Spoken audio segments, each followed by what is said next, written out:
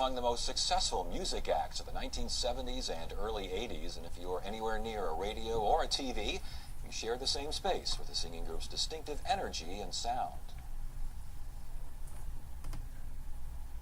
Raise a totem Jim, tell Butcher now totem Daddy, right. Tell old fast talking Fanny, tell him we gonna pitch a ball down to this Union Hall.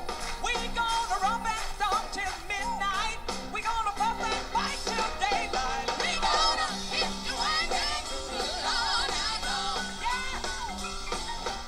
All night long, all night long, come on. All night long, all night long, we gonna hit the wagon all night long.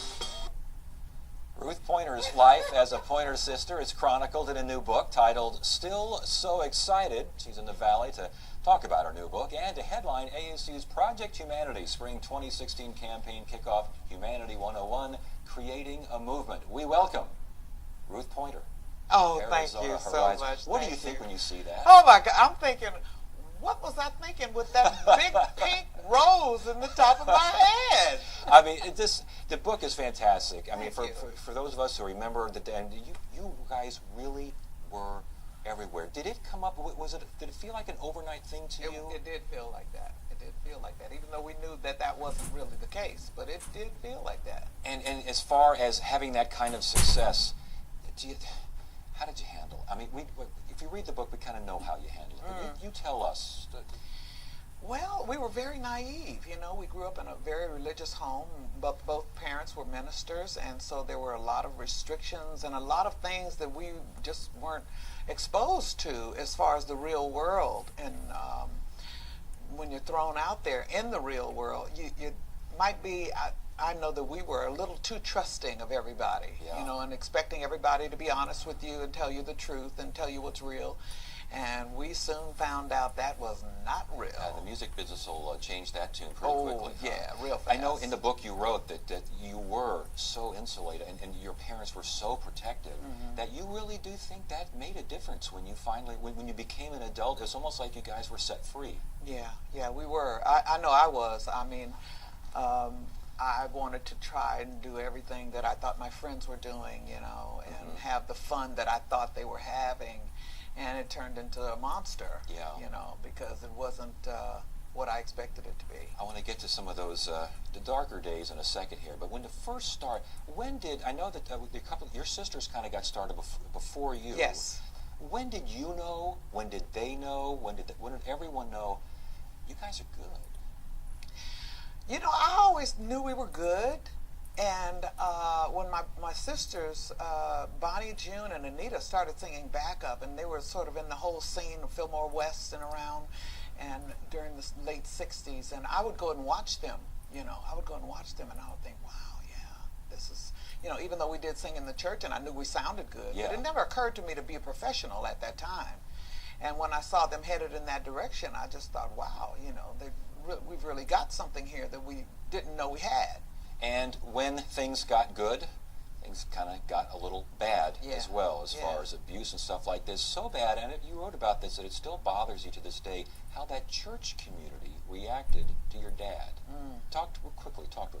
Well, things got bad because, you know, we were naive. I ended up having a child out of wedlock, and the church didn't like it, and they sent around a petition, actually, to get my dad out of the church, and eventually they did, and it really broke his heart. Yeah. And because we were so trusting of what we were being taught at that time, that, you know, God will supply all your needs, and just take it to the Lord in prayer, and everything's going to be wonderful. And well, that's what we thought. That's what I thought anyway, that, you know, living a Christian life was going to make everything all right. And my perception of everything all right was everything going my way. That's true. And it is interesting. At one point in the book, I mean, you are very stark in saying that you hope your children will understand and forgive you for being the kind of parent you originally were. Yeah. You weren't a very good parent, huh? I don't think so. I mean, I was not there. You know, how good can you be if you're not present, you know? Yeah. And even when I was present, I was high and didn't want to be bothered. couldn't answer those everyday questions that I know now that children have, because I have twins, 22 years old, that I've really raised myself, along with a lot of help. But it really, really exposed me to a lot of everyday things, little bitty questions you just don't.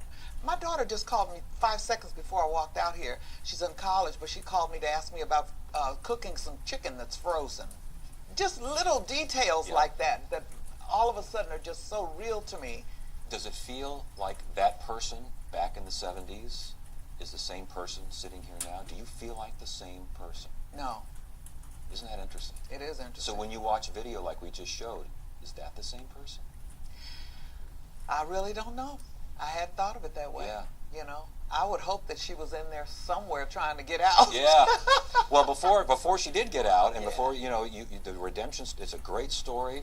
And what, 30 plus years now, clean and sober, something along those lines? Yes. All right. Top of the Carol Burnett show, the Mike Douglas show, Car Wash, Flip Wilson, Car Wash. I still remember, there you are with Carol Burnett. I mean, you guys were everywhere with Richard Pryor and Carl. You were everywhere. When it was happening, did you hang on to anything, or was it just flying by? It was flying by. Believe me, it was flying by. I mean, we were so naive and inexperienced, and it was coming at us so fast. We were doing these television shows in between touring. Yeah. And in between recording albums. All of that was going on at the same time. I look at other groups and I see them taking time out to record an album. They go to Hawaii, they go to islands to record an album. We never had those kind of luxuries. It was always, you got to get this done in 3 weeks, and so that's what we did. Were you having fun? We were having fun too. We tried to anyway. And I can't say that it was all bad. Yeah. When did the bad times surpass the fun? The bad times surpassed the fun when my body started to give out, and I got sick, from just beating up my body and not taking care of myself physically. When you're using drugs, no one tells you that you're going to not really take care of your health. You just think you're having fun, and things just go along as you wish they would, but you're not eating properly, you're not exercising, you're not keeping appointments at doctors and taking care of yourself, and those things went out the window. I didn't even think about that. The next thing I knew, I had viral meningitis. My goodness. I didn't even know where it came from.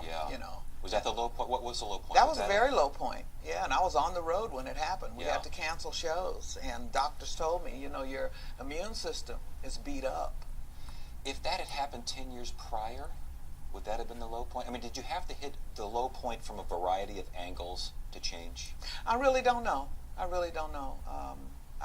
just know that when it hit, I was looking at things a little different. I don't know that it would have changed anything, because I do recall several times feeling like I needed to change some things, and one of my issues was weight gain, which I know is a big issue for women, and that's what got me started, was taking, barbiturates and my goodness pills to not get fat. Yeah, well, you got out of it, you climbed out of it, you survived. Again, 30 plus years now, clean and sober. When you wrote the book, you're right, you're going through a lot of difficult times. I mean, this is a fascinating read here with the music industry. If you're interested in the music industry or your life or just music in general,